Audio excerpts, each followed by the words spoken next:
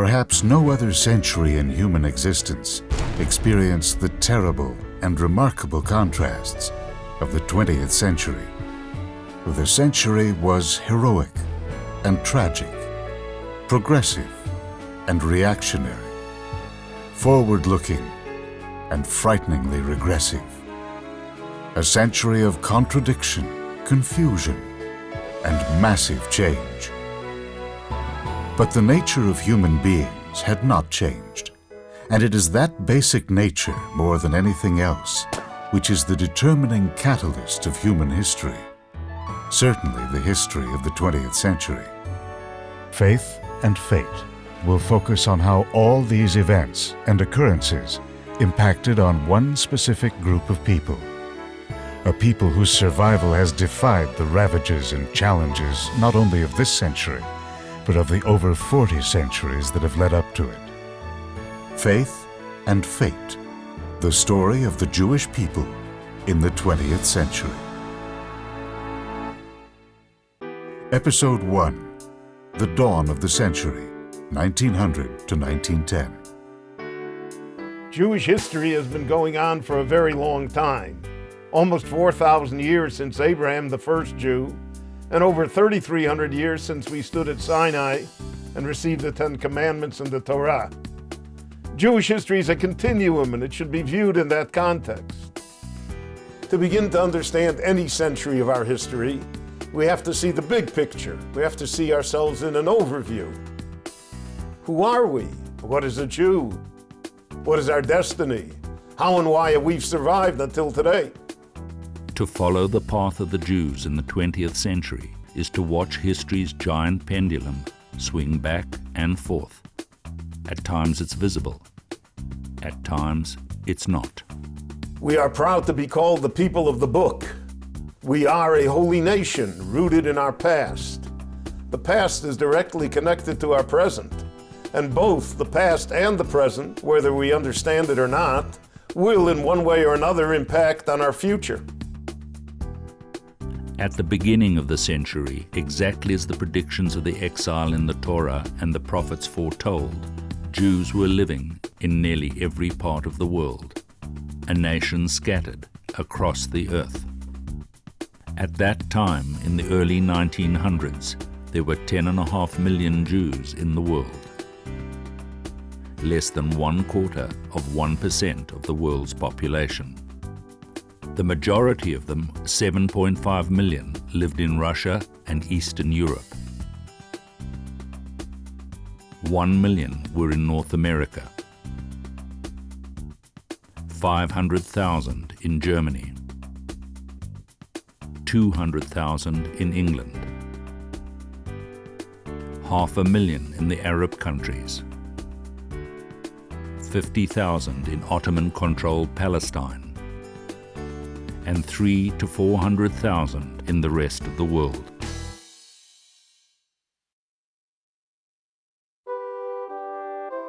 The beginning of the 20th century was a time of empires, colonial expansionism, and imperial rule. In 1900, Great Britain, with its empire stretching from the Arabian Peninsula to India, to Australia and Africa, was the dominant imperial power. Seeking to expand her colonies, Britain was embroiled in the Boer War, determined to take control of South Africa and its vast gold and diamond deposits. Germany, not satisfied with its smaller colonial empire in Africa, the Pacific Islands, and China, had expansionist ambitions to rival Great Britain. The once almighty Turkish Ottoman Empire, which had been in existence for nearly 600 years, was starting to crumble. The Ottomans struggled to maintain their hold over their Near and Middle East territories against increasing British and European imperial aggression. Across the Atlantic, America, intent on its own post-Civil War growth, concentrated on building its power from within, in direct contrast to Europe's imperialist, expansionist ambitions.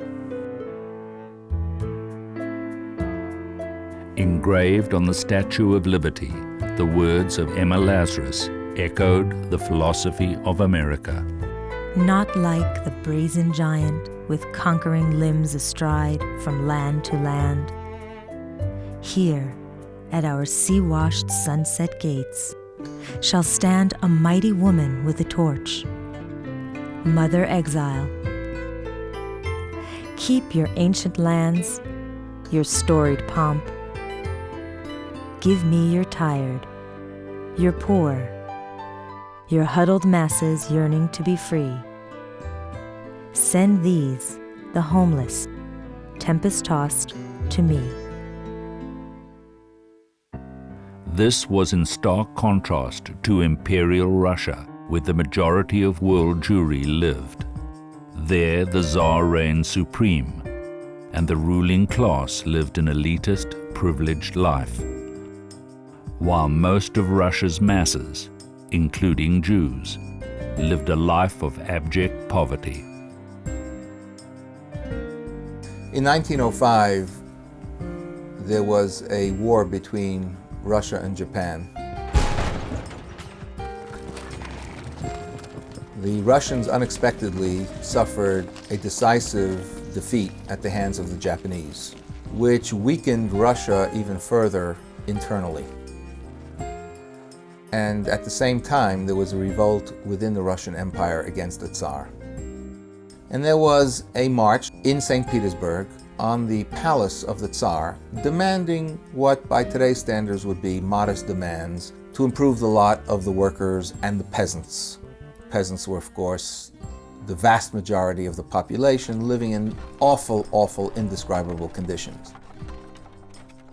The Tsar's reaction to this march was to have his troops fire on the demonstrators. This sparked the masses of Russia, led by the revolutionary anarchists, socialists, and communists, many of them Jews, to demonstrate and go on strike. The army was unable to control the rampaging mobs, and the country spun out of control. The Tsar agreed to create a parliamentary body to represent the Russian people, the Duma, but it was too little, too late. By December, full-scale revolution broke out, and after much fighting, the Tsar's forces finally gained the upper hand.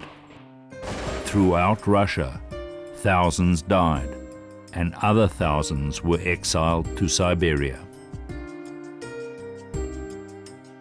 A year after its formation, the Duma was temporarily suspended by the Tsar. The 1905 revolution had failed to solve any of Russia's outstanding problems. A scapegoat for all these military and governmental disasters had to be found to divert the wrath of the masses away from the Tsar and his cruel, inept government ministers. The most convenient scapegoat was the Jews. In 1905 and 1906, numerous pogroms broke out all over Russia. The Tsarist authorities did little to stop them, letting the population riot for several days before stepping in to prevent them turning against the government.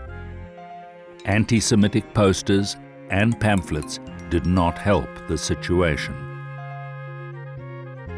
Records reveal that in 1905, mainly in a 4-day period between October the 31st and November the 3rd, there were 639 pogroms in Russia. 36,773 families were affected. The pogroms, a word that means riot in Russian, have a long tragic history. There are pogroms beginning in the middle of the 19th century. They reach a peak in 1881-82, again in 1903 in Kishinev. In Kishinev, in western Russia, 50,000 innocent Jews were attacked and 49 killed, 86 others maimed, and several hundred injured. More than 1,500 shops and houses were destroyed or plundered. The world was shocked. At the request of the American Jewish community, President Theodore Roosevelt forwarded a petition of protest to the Russian government, which they refused to accept. These pogroms had a tremendous long-run effect. First of all, a demographic one. It killed off not only Jews, but their potential children. Women were routinely raped. Many people were driven out of their senses.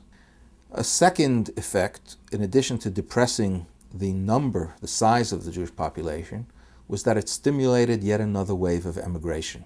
We've got to get out of here. This is untenable. From 1881 to 1912, 1.89 million Jews left the Russian Empire. It was almost 40% of the Jewish population. The vast majority came to the United States.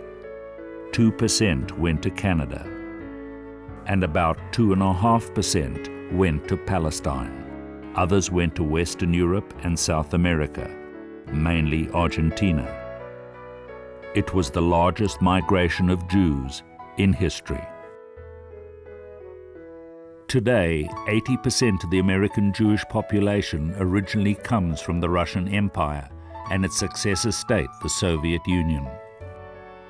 There were also other waves of Jewish migration. Jews, mainly from England and later from Lithuania, lured by the discovery of diamonds, then gold, emigrated to South Africa. Jews also went to places as far away as Australia and South America. They were all motivated by one thing: a search for a better life. Looking back from our position of affluence in the 21st century, especially in America and the Western world, it is virtually impossible to comprehend how difficult life was at that time, especially for the Jews in Eastern Europe.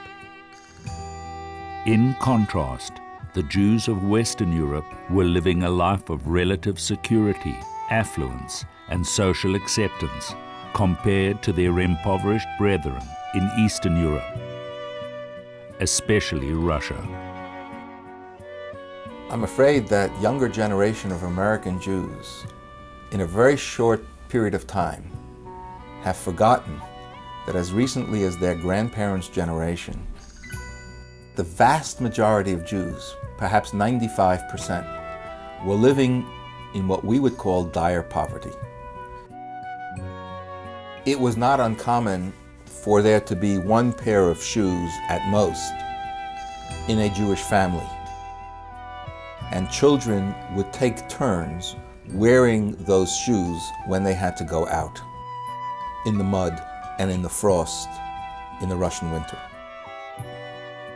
Certainly, one had only one garment for Shabbat and one garment for the weekday. The fundamental economic problem of Jews was that they could not, by law, own land.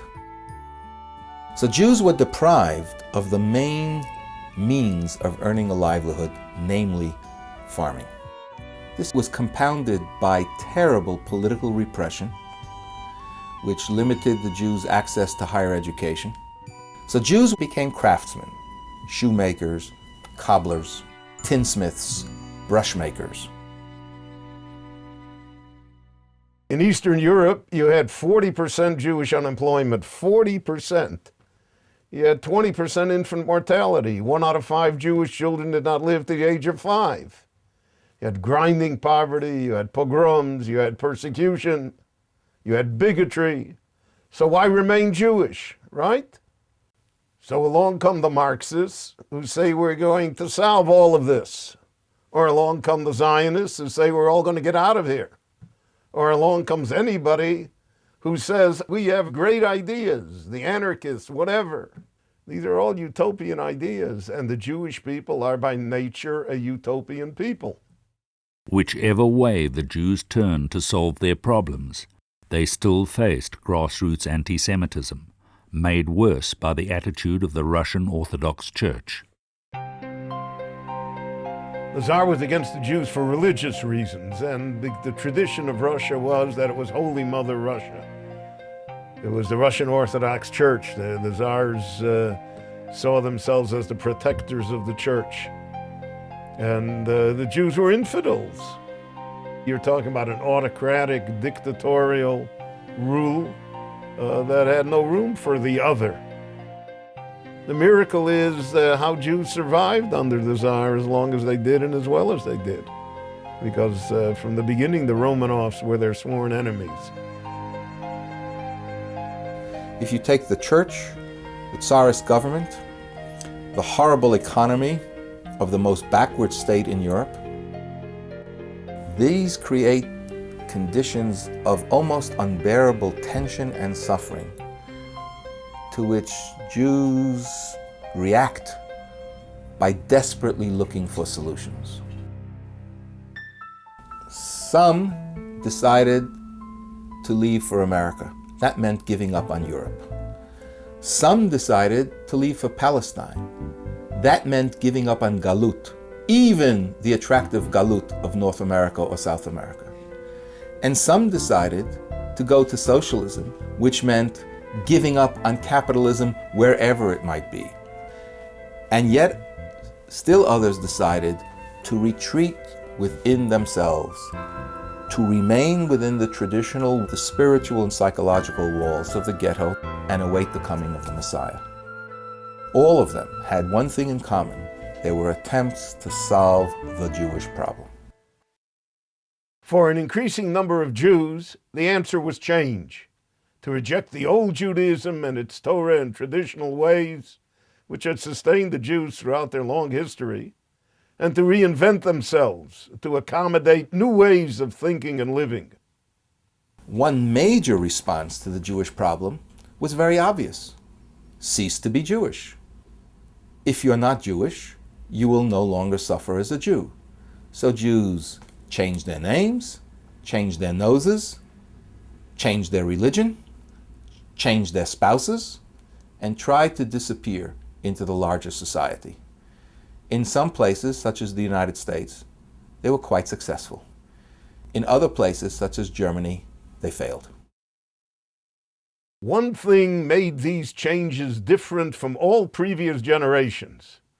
For the first time in Jewish history, under the impact and influence of the secular world in which they were living, Jews in increasing numbers voluntarily weakened under the pressure and began to look for non-Jewish ways to solve their problems. It all started when the powerful winds of the Enlightenment, the Haskalah, began to blow.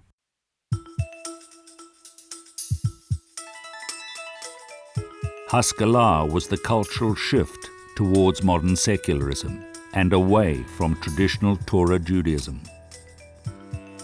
It began in the 18th century in England. It then spread to France and Germany and culminated in the philosophy of Immanuel Kant. Kant posited that man is autonomous, that even God cannot rule over man's choices, and that man can solve all problems by his own efforts. And in fact, to rely upon God is, so to speak, blasphemous. So mankind can do everything and has all the answers. That was the idea of the Enlightenment. And those ideas came to the Jewish world as well. This conflict over Jewish identity and the Jewish soul, with forces for and against religion and belief in God, has had a direct impact on Jewish history. It is a struggle that continues right up to the present day. To obtain a true perspective on Jewish history, we have to understand the answers to these questions. What is a Jew? What does it mean to be Jewish? What is Judaism? These questions and the answers to them lie at the very core and crossroads of Jewish history.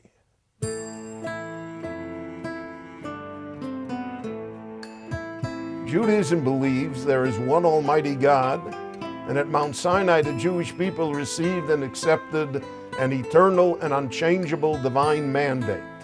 the Torah.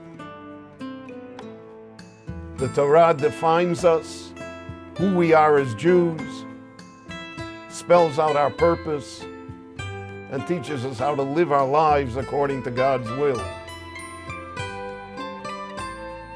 To a major degree, what has defined Jewish history is the reaction of Jews to this divine mandate and their struggle with it. Traditional Jews accept it. Reformists attempt to redefine it, and rejectionists abandon it.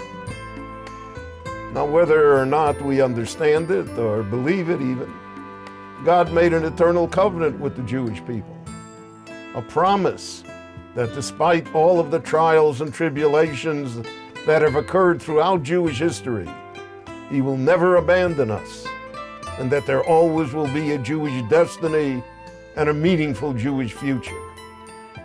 God has kept this promise. We are here despite everything that has happened to us. The amazing fact is that we are still here.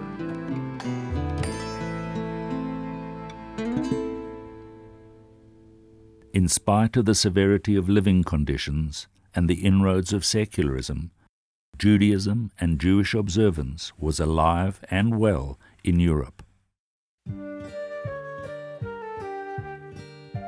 And the Jewish spirit found inspiration in a variety of places. From the joyful and faith-endowed courts of the Hasidic Rebbes in Poland, Galicia, Hungary, and the Ukraine, to the Torah study halls of the Lithuanian Yeshivot and the Jewish giants of the generation. The early part of the century produced some of the greatest figures in Jewish history. Great piety, great scholarship, great innovation. The Yeshivot rebuilt themselves, and they built themselves in a different fashion. All of this contributed to a very vibrant Jewish life. And you had holy men like Rabbi Yisrael Meir Kagan, the Chafetz Chaim. You had the great Hasidic Rabbeim, the Svat Emet, the Ger Rebbe, the previous Lubavitcher Rebbe. You had great people that were around and were inspirational. Even within the yeshiva world, there were tensions and changes. One of the biggest developments was the Mussar movement. The Mussar movement was founded in the 1850s by Rabbi Yisrael Salanter. It was an attempt to introduce into Jewish life, in a practical fashion, the great ethical and moral ideas of Judaism so that they would be apparent in human behavior day in and day out. Rabbi Salanter understood well the threat of the Enlightenment, and he encouraged the study of Mussar to strengthen the pillars of Judaism against the increasing onslaught of secularism. There was a great struggle against the Mussar movement, but by the end of the First World War, the struggle had died, and the Mussar movement ruled supreme in the Lithuanian yeshiva world. Everything new in Jewish life causes tensions. Every innovation has opposition. All change is painful, even holy change. Whether it was religious innovation that took place in the yeshivot, Jewish workers fighting for labor reform, or the desire to modernize Judaism in Europe and America, the drive amongst Jews to better themselves, and in many cases to create a new Jew, if not even a new Judaism, was widespread. In fact, it was this drive that propelled much of the change in the 20th century. One has to realize that the yeshivot were like the only game in town. The Jews couldn't go to universities. They had no outlet for their intellect. They had no outlet for their scholarship. If you wanted to develop your mind, so to speak, you went to the yeshiva. That's where you got your knowledge. That's where you got your skills. So inside the yeshiva, there were a lot of bright people, but not all of whom were pious. Not all of whom were committed to orthodoxy. but the yeshiva gave them the outlet to develop themselves. And that's why the yeshiva produced socialists and communists and secular Zionists and Marxists, as well as producing great Rosh Yeshiva, rabbis, holy men. The yeshiva was a tremendous intellectual furnace. And out of that furnace came different shapes, different forms. So in Volozhin, for instance, you could produce Bialik, and you could produce Rav Kook, and you could produce Rabbi Zalman Meltzer and other of the great Rosh Yeshiva. And they all came from the same place. Bialik himself called it the intellectual factory of the Jewish people. But amongst all the intellectuals and leaders the yeshivot produced, not all of them had a positive impact on the future of the Jewish people. One student, Semyon de Manstein, who had studied at the Telz, Lubavitch, and Slobodka yeshivas, and received rabbinic ordination from one of the greatest rabbis of the time, became a Bolshevik well before the revolution.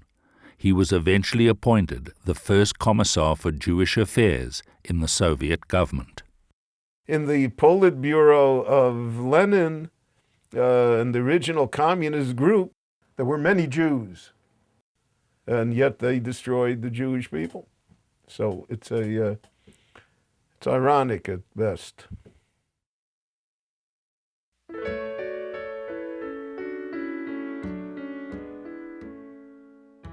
In the late 19th century, Jews suddenly were buffeted by many winds that hitherto had escaped them, namely modernity. What is Jewish identity in the modern age? How does one respond to all this? We can remain Jews, but we can do other things as well. We can go out of the ghetto physically and psychologically and enter the world. Re-enter history. How do you do that? Well, Zionism was one option. Zionism, the longing to return to the land of Israel, had been on the lips of Jews ever since the destruction of the Temple in Jerusalem and the exile of the Jews from their homeland by the Romans in 70 CE. Over 1800 years later, in Vienna, journalist Theodor Herzl, an assimilated Jew, unleashed his Zionist dream of a Jewish settlement in the land of Israel. What Herzl was looking for was Zionism, as he saw it, to solve the problem of the Jews. Antisemitism. Appalled at the false accusations of treason leveled against the only Jewish officer in the French General Staff, Alfred Dreyfus, Herzl was motivated to find a solution. He considered several options. Herzl is searching for answers. Just to give you an idea how removed he was from things Jewish, he writes in his diaries, let's look for some solution that'll satisfy us all. Perhaps mass conversion. A major pageant. The Jews, the prominent Jews, will march up to the major cathedral in Vienna and baptize. No Jews, no anti-Semitism. He quickly dismissed that. Ultimately, Herzl focused his efforts on creating a homeland for the Jews and started a chain of events that continues to this day. Zionism says we want to be like other peoples. There's a naivete to it, of course, that once we have our normal state, we can live, quote, normal lives, then anti-Semitism disappears.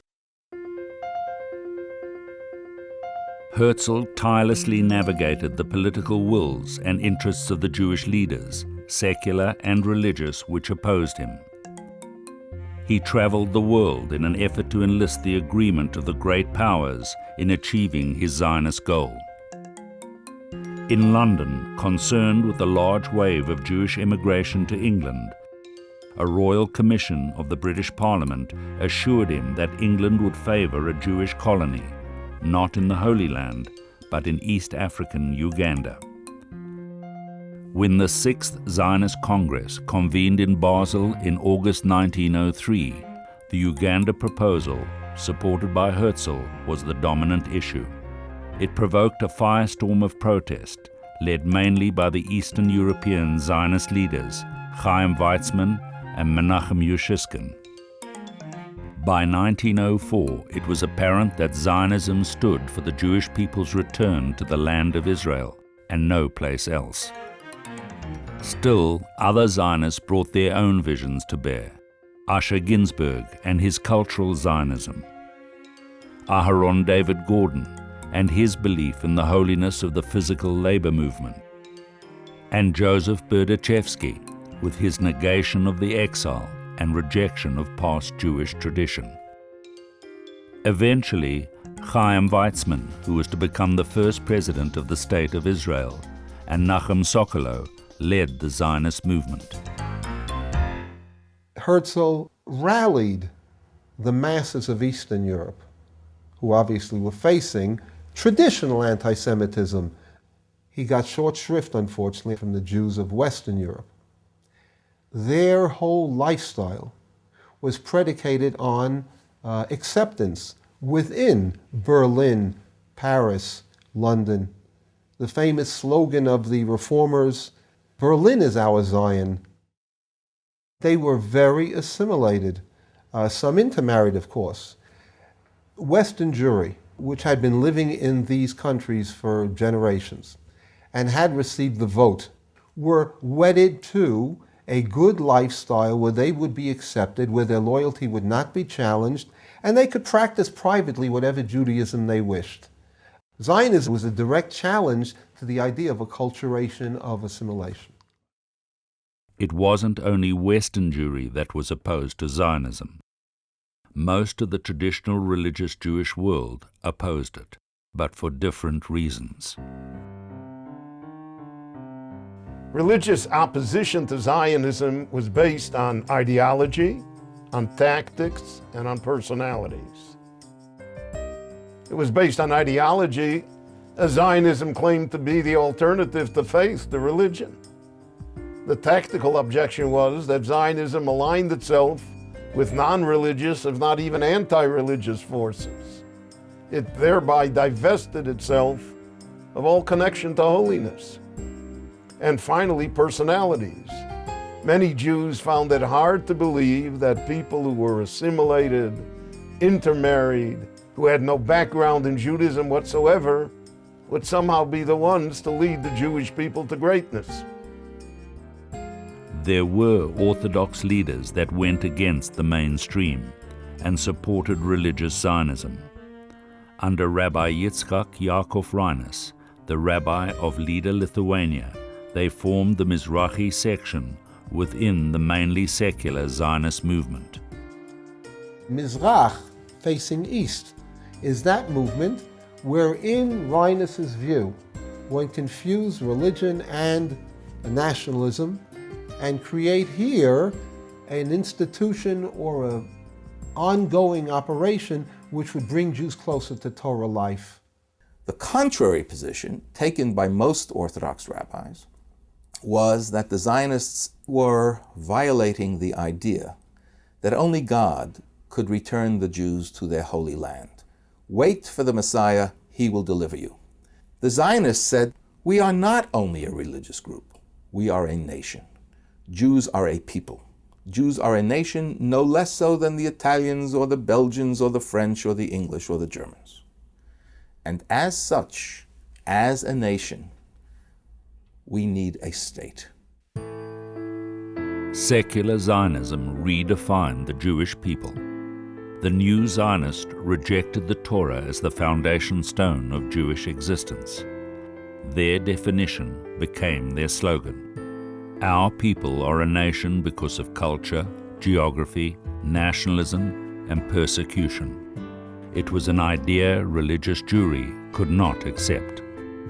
See, if you take a long view of the Jewish people, you realize that the glue that held us together and that enabled us to survive till today was the fact that we were loyal to Torah and loyal to tradition. And that really is what helped create the State of Israel. Without it, it could never have been created. Now comes a new idea that none of this is necessary. So if you look at it in the view of a long-term history, it's absolutely suicidal to say these things. Because the only thing that worked for us is what you want to discard now. That makes no sense at all. This belief was also firmly held by the old Yeshiva, the religious Jews who had settled in Palestine in the late 1800s. The word Yishuv means settlement. We understand that to mean the Jews living in Eretz Israel. We must distinguish between the religious Yishuv, so-called the old Yishuv, as well as the new Yishuv, vibrant, young, committed ideologically to Zionism. The secular New Yeshiva began with the first Aliyah in 1882 of a group of idealistic university students from the Lovers of Zion movement. The second Aliyah, from 1904 to 1914, set the pattern for ongoing Zionist immigration, mainly from Eastern Europe. However well-intentioned the efforts of the New Yeshiva were, the old Yeshiva, dedicated to the divine prophecies of Jewish destiny and purpose in the Holy Land, rejected the solely secular nationalist ideals of the new Zionists. Unlike the Zionist immigrants, they refused to adopt Hebrew as the spoken language and reserved it as the holy tongue for prayer and Torah. By 1914, there were close to 85,000 Jews living in Palestine. Since the exile, there had always been a small remnant of Jews living in the Holy Land, mainly in Jerusalem. With the religious and Zionist immigrations in the late 1800s and early 1900s, it was the first time Jews in any significant numbers had returned to Zion, their homeland, in almost 2,000 years. During these tumultuous times, there was another group of Jews with a totally different life experience. They lived around the Mediterranean basin under Muslim rule, in the Ottoman Empire, North Africa, and the Middle East. The Sephardim.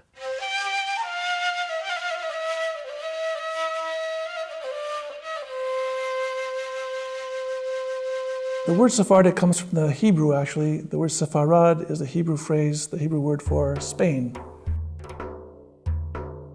Those Jews would be called Sephardim who, after the expulsion from Spain in 1492 and went to Turkey, the Balkan countries, North Africa, who continued to speak Spanish. However, the term has also come to refer in a broader sense to a pan-Sephardic community, namely Jewish communities of the Middle East and North Africa, which follow essentially the same customs, halachic rulings, Jewish law rulings, the same basic liturgy, ritual patterns. And that would include communities such as the Syrian community, Iran, Iraq, other communities in North Africa, even to a certain extent, Yemen, where there's a certain spiritual kinship among all of these Jews who lived primarily under Muslim rule during the last 400 or 500 years.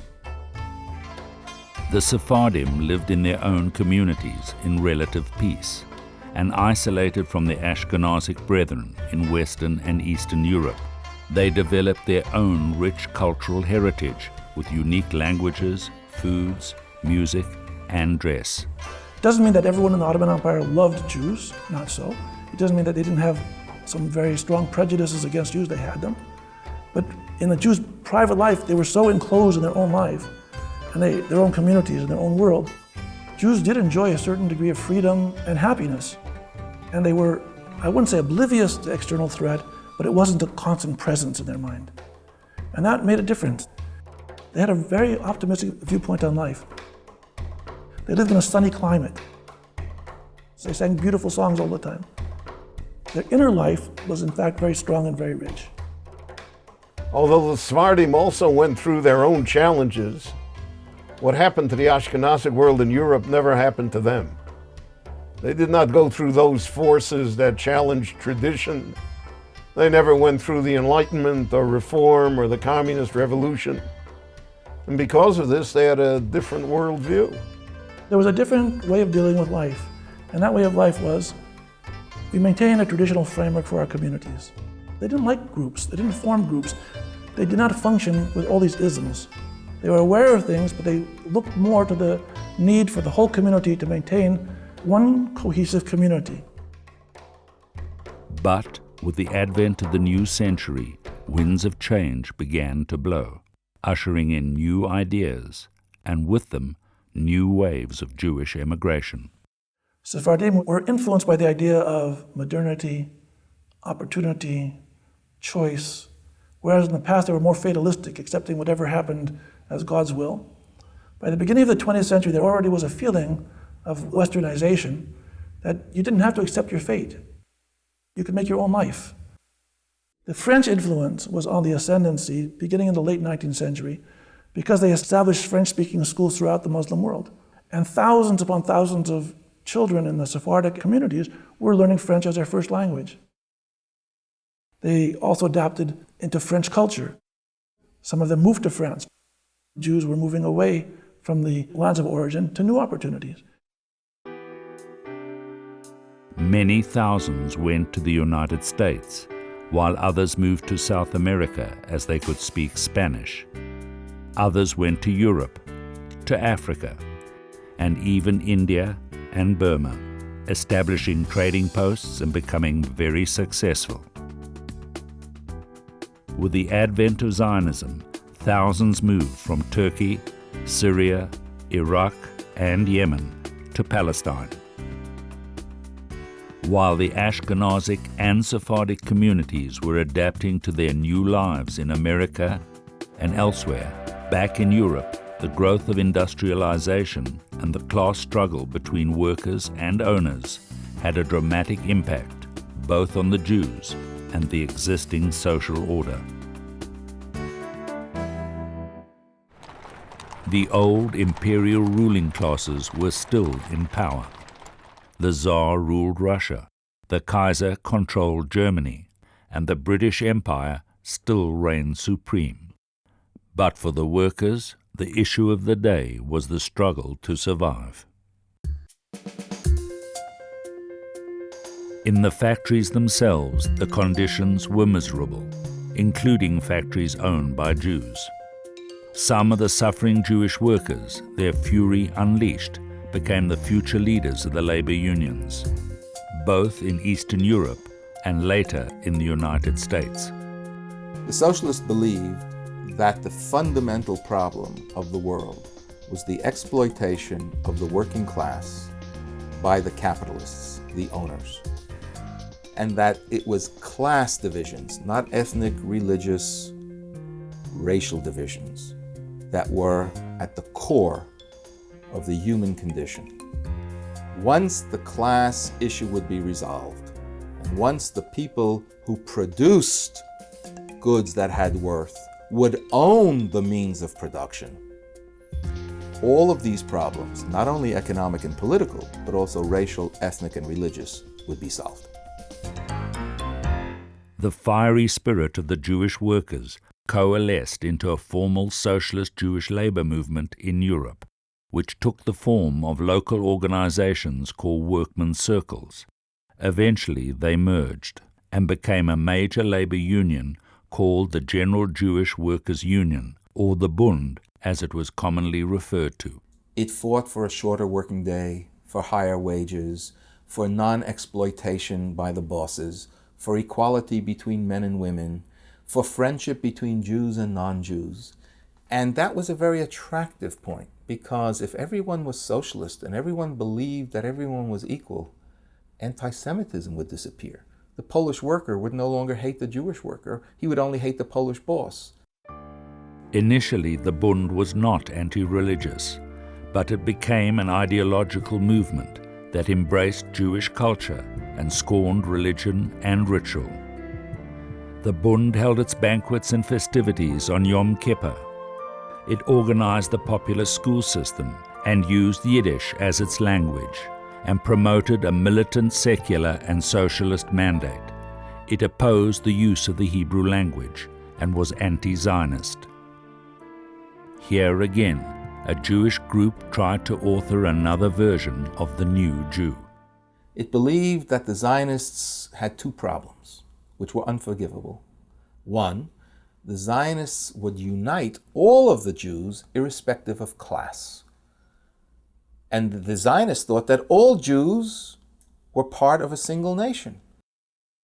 But how can you put a Jewish merchant together with a Jewish worker? We need, as socialists, class struggle, not an artificial unification of the people. The second mistake of the Zionists, from the Bundist point of view, was that they were trying to devise an absolutely unrealistic scheme. Does one really think that millions of East European Jews would pick up and go to some God-forsaken backwater of the Ottoman Empire somewhere far off in the Middle East? That's absurd. So on these two grounds, the Bund was anti-Zionist. The Bund was originally attached to the Social Democratic Party in Russia, but due to its commitment to Yiddish and Jewish culture, the Russian socialists eventually attacked them. When the Bund tried to relegate Jewish tradition to memory, it was the Bundists that became history. When the Bolsheviks came to power in Russia in 1917, and then later in Poland in 1939, almost all of the leaders of the Bund were eliminated, and the organization was crushed.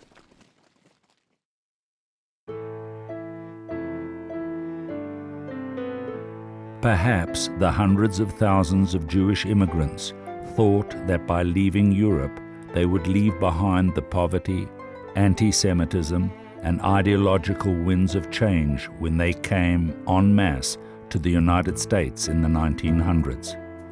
But, in a sense, other than the material opportunity to succeed and escape poverty, they replaced one set of challenges to their Jewish identity with another.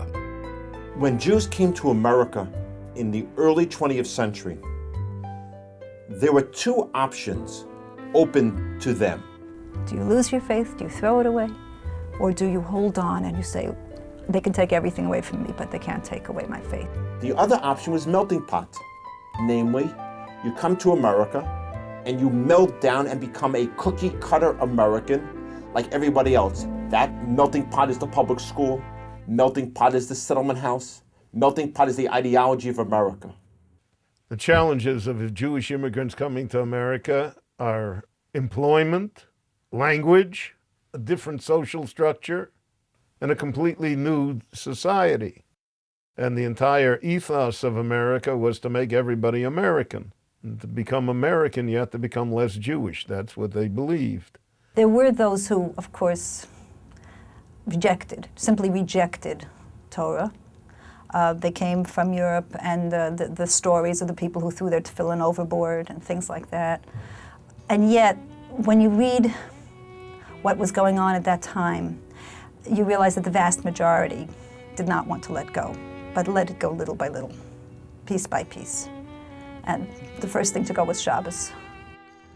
The metaphor I would use is that the tefillin are not thrown overboard, and when they arrive and they live in their tenements on the Lower East Side or other such neighborhoods, the tefillin start on the top of the bureau, and over the course of the years, the tefillin slowly but surely move down to the bottom of the drawer as work considerations, social considerations take precedence over religious observance. There were several factors that conspired to sever the ties between traditional Jewish life and the new immigrant Jewish family. At the core was the difficulty of being able to find a job that would not necessitate violating the Sabbath, the difficulty of procuring kosher food, the continued use of Yiddish for teaching and sermons, and most significantly, the lack of an educational system for the young generation that would make Judaism appealing and relevant.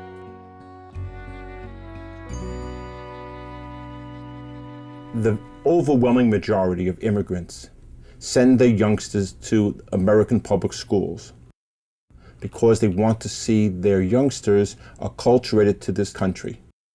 But when they go to the public schools, in addition to learning the 3 R's, reading, writing, and arithmetic, they also learn a very important D, disrespect for their parents' culture. At that time, to be an immigrant was a terribly shameful thing to be, and so they associated the religion of their parents with an immigrant generation. They were ashamed of them. Many simply ashamed of them because the parents dressed differently, spoke differently, ate different foods. One answer to the problem was to try and balance the best of both worlds, to become American and to retain one's Jewish identity. As early as the first few years of the 20th century, there's a movement on the Lower East Side to create American synagogues for the children of East European Jews. The earliest incarnation of this phenomenon was an organization called the Jewish Endeavor Society.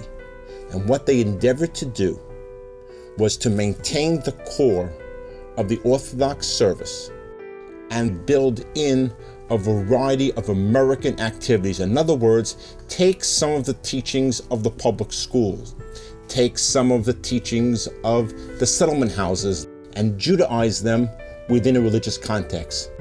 So therefore, you'd have some of the prayers recited in English as well as in Hebrew. You would have the Malava Malka, Motzai Shabbos, would be transformed into a synagogue social, with the idea being that they come to play and they stay to pray. Now, all these efforts represents the beginnings of what we would call modern Orthodoxy or American Orthodoxy. Although many Jews go off and assimilate, maintaining the core of the Orthodox service and building around it an American type of activity is something which will resonate throughout the 20th century. However, the American immigration experience was not limited only to European Jews. Sephardic Jews were also coming to America in search of new opportunities. They not only found a very different culture, but they met a very different group of Jews, the Ashkenazim.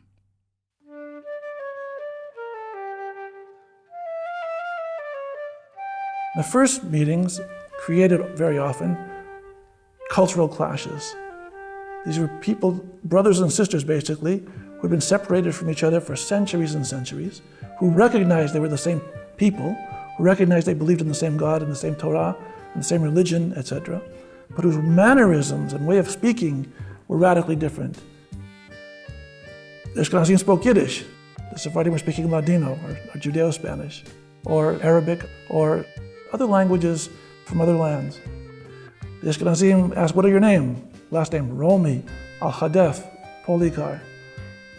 They didn't recognize these as Jewish names. Have you ever heard of gefilte fish? What's gefilte fish?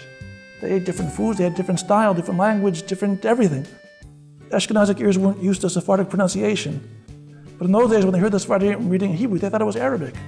So even though, in fact, it was one religion and one people, there are enough little nuances that create tensions and differences among the people.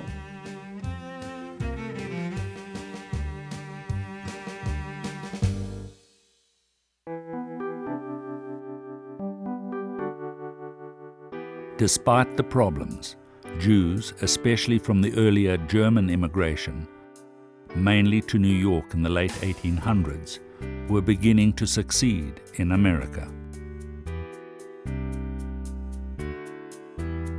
In 1906, President Theodore Roosevelt named Oscar S. Strauss Secretary of Commerce and Labor.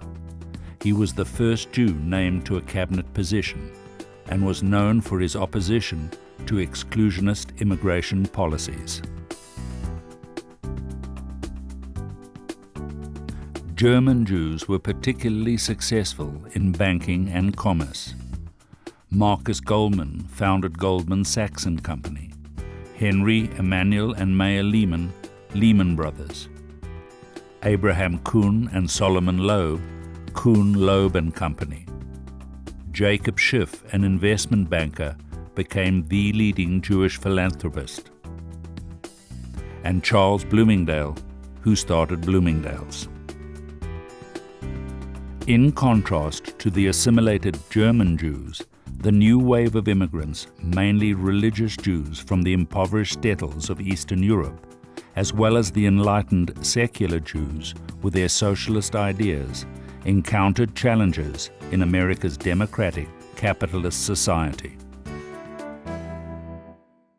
The Bund, Jewish socialists, come to America, and they have the same problem as do transplanted East European rabbis. Namely, how do you perpetuate an ideology or a theology which has great popularity in Europe and in America, which offers a very different set of values? For the religious, even though there was freedom of religion in America, there was the challenge of assimilation. For the socialists, their atheist, anti-capitalist views were seen as un-American. While the religious immigrants from the shtetl remained moored on the shores of tradition, they watched helpless as the powerful current of American culture quickly swept their children and grandchildren downstream. In this seemingly inhospitable environment, there were Jews who would not give up on Torah study and observance.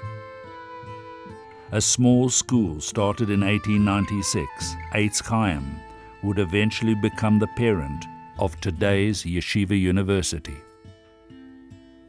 In 1904, Yeshiva Chaim Berlin was formed in Brooklyn, New York. Though Eitz Chaim and Chaim Berlin became the pioneers of what later would become the religious day school movement, the fruits of their efforts would not manifest for almost 50 years. And although a number of great, well-respected European rabbis came to America in the early 20th century, the assimilation of the younger generation rendered them almost irrelevant. In 1902, Rabbi Jacob Joseph, the first and only chief rabbi of New York, died of a broken heart in reduced circumstances after struggling valiantly to stem the tide.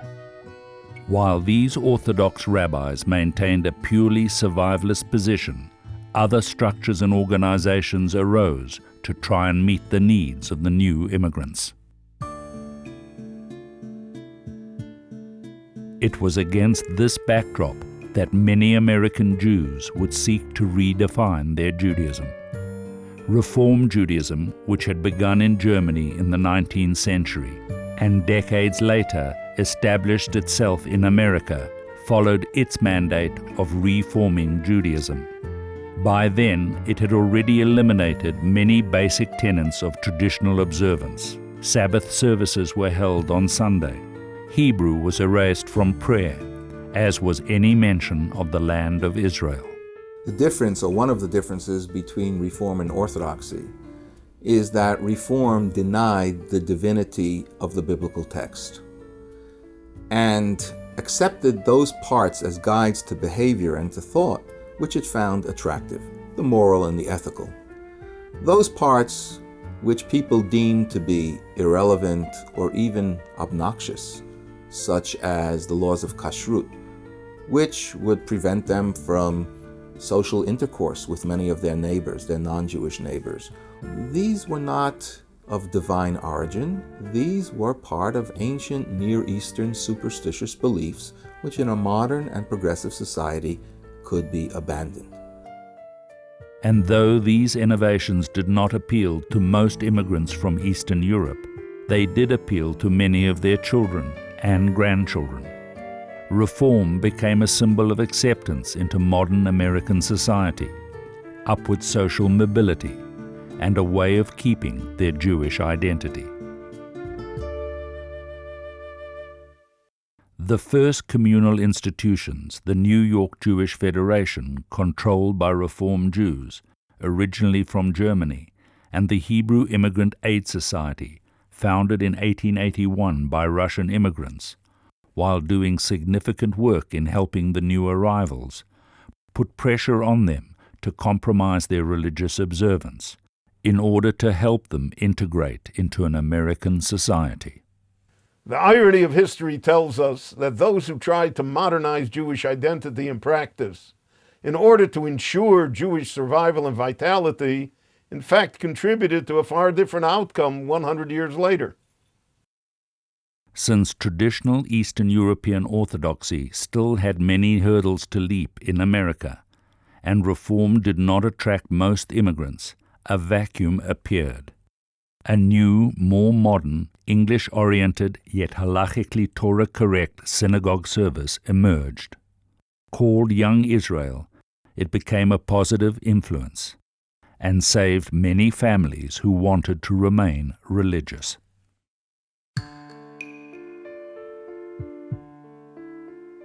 Still, another institution was founded, originally by Orthodox rabbis in 1886.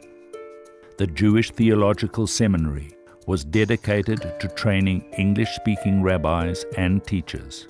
When it was on the verge of collapse, it was rescued by the noted philanthropist Jacob Schiff, and then transformed under the leadership of Dr. Solomon Schechter. A familiar theme reappeared as Dr. Schechter proposed his new definition of Judaism.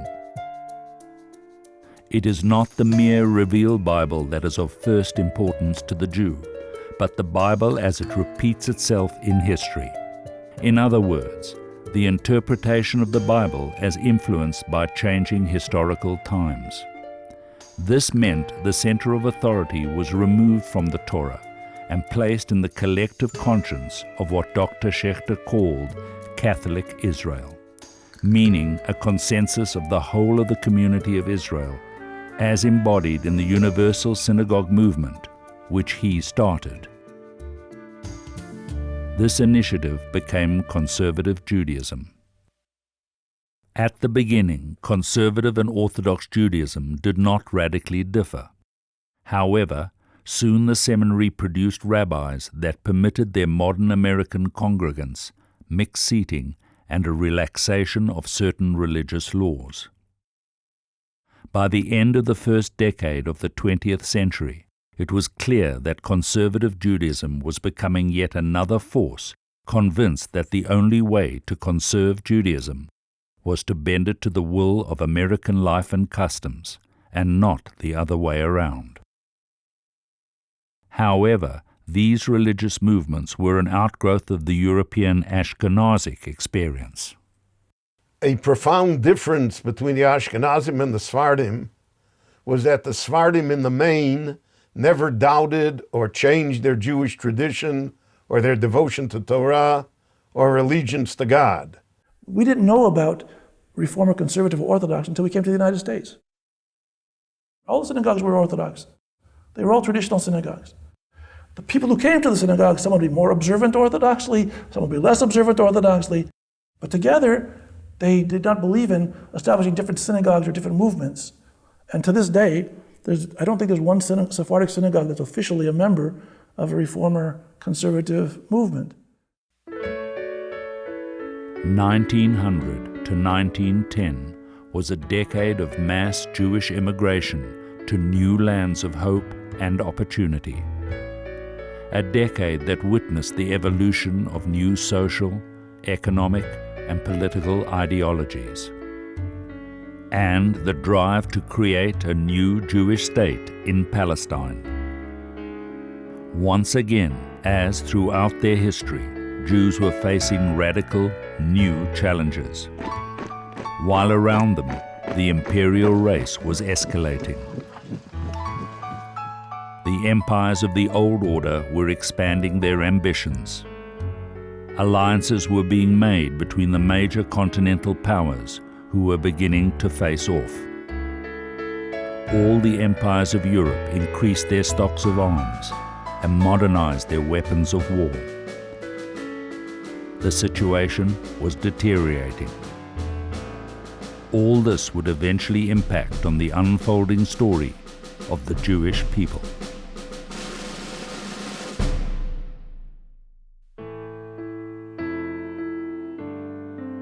For Jews, there would now be two worlds of change to confront in the coming decade. First, the large cataclysmic changes wrought by World War I and the Communist Revolution of 1917. And second, the continued fierce desire of Jews in Europe, America, and the rest of the world to recast their Jewish identity as they struggled somehow to determine how they would fit in socially, economically, and religiously. How difficult and how devastating, especially for European Jewry, the Great War and the Russian Revolution would be, no one could have ever imagined.